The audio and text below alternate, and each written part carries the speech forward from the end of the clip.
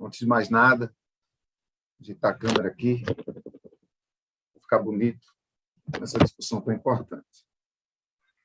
Então, gente, é fundamental que a gente faça essa discussão sobre essa e as demais peças legislativas que tratam dessa reforma da Previdência em cima de fatos, em cima de um discurso racional, em cima do que é a realidade. Eu peço até emprestada a fala de outros vereadores que debateram durante a semana, é que esse tema não pode ser tratado com o fígado, ele precisa ser tratado com componentes da realidade.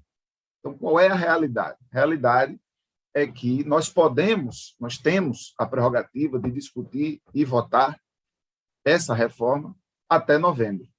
Então, não é obrigatório que nós estejamos votando ela agora. Não é obrigatório.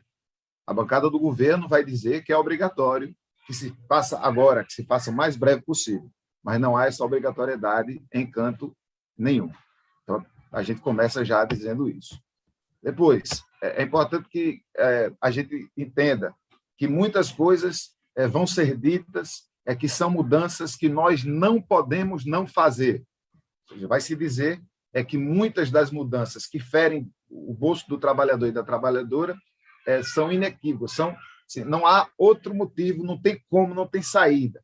E aí, mais uma vez, é importante que a gente diga, nem tudo é obrigatório. Como, por exemplo, falando desse projeto específico, não é obrigatório que se elimine a possibilidade do trabalhador ou da trabalhadora, no momento da sua aposentadoria, receber as licenças-prêmio não gozadas em forma de pecúnia. Então, esse é um direito que está sendo retirado por essa proposta deste projeto de lei que estamos votando agora, que não é obrigatório.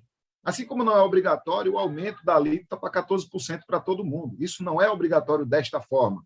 Assim como também não é obrigatório o aumento da idade de contribuição, especialmente falando das mulheres maior do que os homens, isso também não é obrigatório.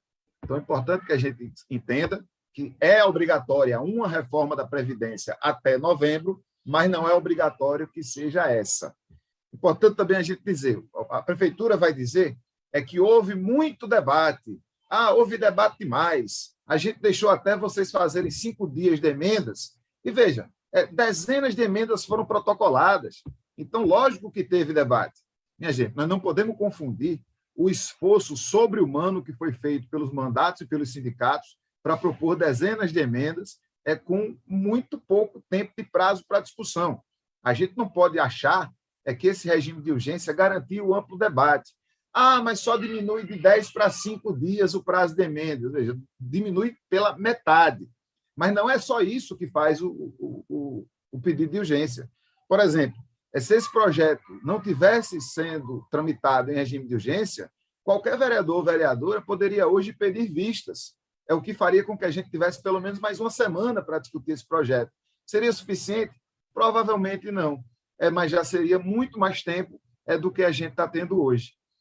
Ivan, mas não tinha outra forma, tem que ser desse jeito, tem que ser... Não, esse projeto poderia estar tramitando no regime normal. A gente poderia, por exemplo, ter criado uma comissão especial para a reforma da Previdência, a gente poderia ter feito algumas audiências públicas, a gente poderia ter ouvido os sindicatos, a Prefeitura poderia ter colocado as suas questões, os sindicatos poderiam ter colocado as suas questões e a gente, quem sabe, poderia votar mais na frente uma reforma da Previdência, que não tem como não ser um remédio amargo, mas seria uma saída combinada entre a sociedade, principalmente aquelas mais afetados e afetadas, o servidor e a servidora, e a Prefeitura. Então, muitas coisas poderiam ter sido feitas de outra forma. Também tem um acordo com as falas que dizem que a reforma da Previdência não começa agora, que os governos Lula e Dilma fizeram. E eu tenho muita tranquilidade para dizer que eu não caio em nenhuma cortina de fumaça nessa discussão. Porque eu estou num partido que, inclusive, foi criado a partir da rejeição à reforma da Previdência proposta pelo Partido dos Trabalhadores. Eu estou num partido que tem uma prefeitura de uma capital em que foi retirado o projeto para mais discussão. Então, eu não tenho problema em estar aqui assumindo a dificuldade desse discurso e também não tenho nenhum problema em dizer que qualquer prefeitura republicana poderia ter feito de outra forma, especialmente uma prefeitura que tem uma base tão ampla nessa casa. né? Até em nome do respeito à própria base, que tem mulheres, que tem servidores e servidoras públicos, que tem professores e professoras, poderíamos estar discutindo isso em 2 meses, em 3 meses, fazendo concessões, com tranquilidade para sentar na mesa, e não uma reforma em que é um trator ligado, em que praticamente nada do que se propõe é debatido. Só para vocês terem ideia, as dezenas de emendas que foram protocoladas por diversos mandatos, e quase 40 surgiram de forma coletiva pelos 5 mandatos da oposição à esquerda, foram debatidas em reuniões que não duraram nem 1 hora, nem 2 horas. Então, como é que você pode pegar 4 legislações que receberam dezenas de emendas e, numa discussão de meia hora, de 1 hora, dizer que houve ampla discussão? Não houve ampla discussão. Poderia ter havido ampla discussão? Poderia ter havido ampla discussão. Nós poderíamos ter nos reunido mais e mais vezes com o servidorismo? Poderíamos ter nos reunido mais e mais vezes com o servidorismo. Seria necessário fazer uma reforma? Será necessário fazer uma reforma até novembro. Eu vou dizer a vocês, eu fiquei muito impactado com a reunião que nós fizemos com os representantes da prefeitura, na semana passada. Por que eu fiquei tão impactado? Porque o secretário responsável pela discussão, ele dizia que a prefeitura precisava fazer caixa, porque a prefeitura tem muitos compromissos, a prefeitura tem muitos projetos que quer realizar, e que bom que a prefeitura tem muitos projetos que quer realizar, e fez uma escolha. Fala do secretário. Nós escolhemos não aumentar impostos, escolhemos realizar a reforma da Previdência. Veja, então, a prefeitura fez uma escolha política de tirar recursos, de prejudicar a vida dos seus 19 mil servidores e servidoras, e escolheu, por exemplo, não elaborar uma proposta de aumento de imposto que, por exemplo, poderia chegar apenas nos bolsos das pessoas mais ricas do Recife, nos milionários e milionárias. Vamos lembrar que, nesse tempo do Covid, todas as diferenças, as disparidades sociais, elas se agravaram. Então, teve gente que era muito rica e ficou muito mais rica na pandemia. E quem era pobre ficou muito mais pobre durante a pandemia também. A gente poderia, por exemplo, utilizar essa possibilidade de fazer uma reforma da Previdência, entendendo que a gente precisa garantir, pelo menos, que quem ganha até 2 salários mínimos não tivesse perdas quando se aposentasse. Nós poderíamos ter feito isso, nós temos emenda nesse sentido que a gente vai defender. Então, gente, não vamos achar, nem vamos cair na conversa de que só existe uma possibilidade de realizar uma reforma da Previdência, e é essa que a Prefeitura apresentou.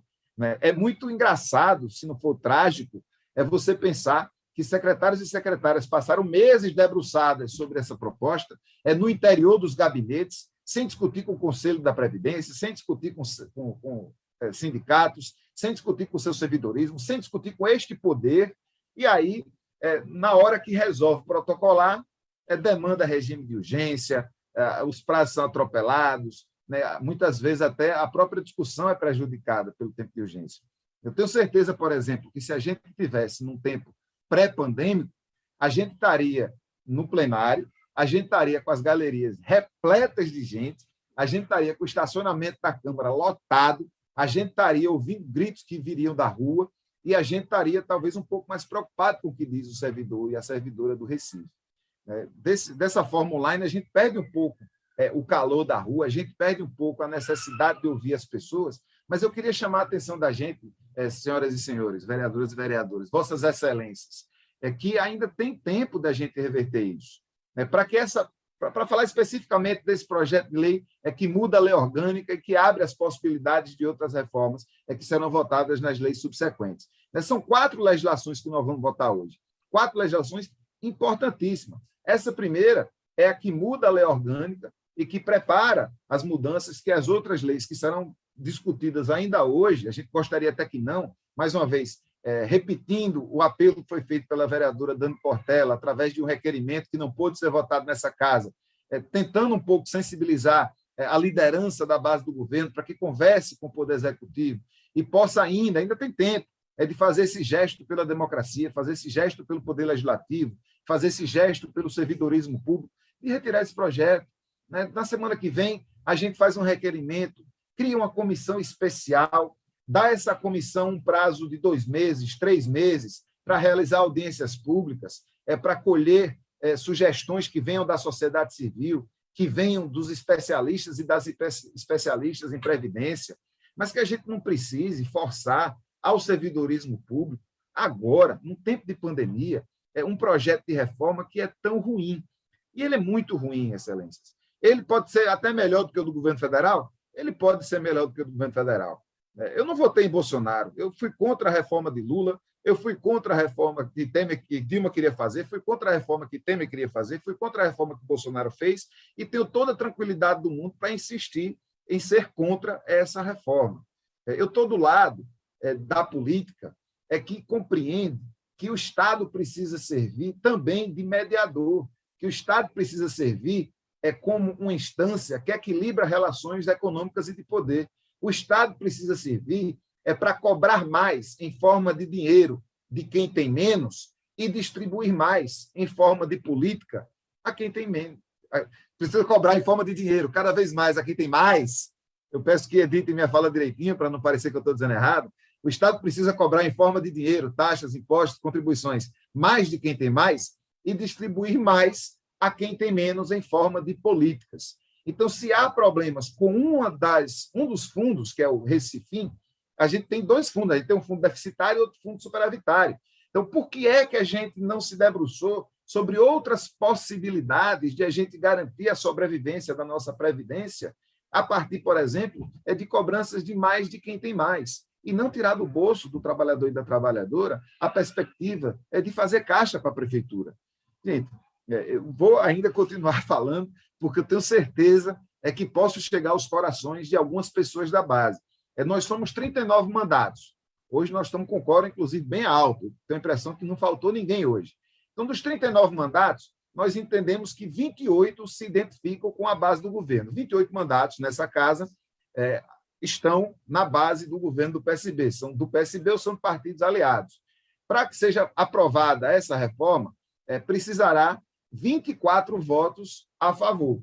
Então, nós compreendemos, é preciso que a gente traga isso com muita tranquilidade, que a oposição sozinha, se todo mundo da oposição, a esquerda e a direita, votar contra essa reforma, eu já adianto, que se não forem aprovadas todas as emendas que nós colocamos, eu votarei contra e possivelmente votaria contra de outra forma também, porque acho que o processo foi muito ruim e o projeto que veio também poderia ser muito melhor. Para que a gente barre, a gente precisa não apenas dos 11 votos de 100% dos vereadores da oposição, sejam da oposição à esquerda, que são os 5, seja da oposição à direita, que são 6, nós ainda precisaríamos de pelo menos mais 5 votos de vereadores e vereadoras da base do governo. E eu entendo que muitos vereadores e vereadoras que estão na base deste governo hoje também são contra a reforma da Previdência e também reconhecem que, por mais que haja necessidade de se realizar uma reforma da Previdência até novembro, por questões legais, jurídicas, das quais, de fato, não podemos correr, nós não precisamos, não existe nada, absolutamente nada, que explique a urgência de se ter essa votação hoje, e também não há nenhum limite legal, estou falando nos termos jurídicos, nos termos da lei, de nós, por exemplo, diminuirmos a idade das mulheres, de nós, por exemplo, diminuirmos a alíquota para quem recebe menos, de nós, por exemplo, garantirmos os 100% de pagamento para quem ganha até 2 salários mínimos, de garantir, por exemplo, que se possa receber em pecúnia as licenças prêmio que não foram gozadas. Esse era um dispositivo que já existia. Muitos trabalhadores e trabalhadoras que se aposentavam no serviço público pegavam as suas licenças prêmio em forma de dinheiro para poder recomeçar, enfim, começar sua aposentadoria com um pequeno caixa, e essa reforma da Previdência está vetando essa possibilidade. E aí, mais uma vez, eu chamo a atenção para a emenda que destaquei deste projeto, que muda a lei orgânica, que é a emenda, salvo engano, de número 7, que revoga essa proibição. Então, eu finalizo aqui meus últimos 40 segundos tocando especificamente na emenda que eu destaquei sobre esse projeto de lei do Poder Executivo que muda a lei orgânica. Esse é um projeto, essa é uma emenda que foi feita por nosso mandato, mas também pelo mandato de Dani Portela, de Liana Cirne, de Osmar Ricardo e de Jairo Brito, e que suspende a suspensão da proibição, suspende a proibição do pagamento em pecúnia, em dinheiro, das licenças prêmio não gozadas. Reforço para a base. O custo financeiro disso para a prefeitura é muito pequeno. É porque todo mundo não se aposenta na mesma hora. Então, é um custo individual, é um custo diluído e é, de fato, uma redução de danos que seria muito importante para que essa reforma não prejudicasse tanto o bolso do trabalhador e da trabalhadora. Muito obrigado, senhor presidente.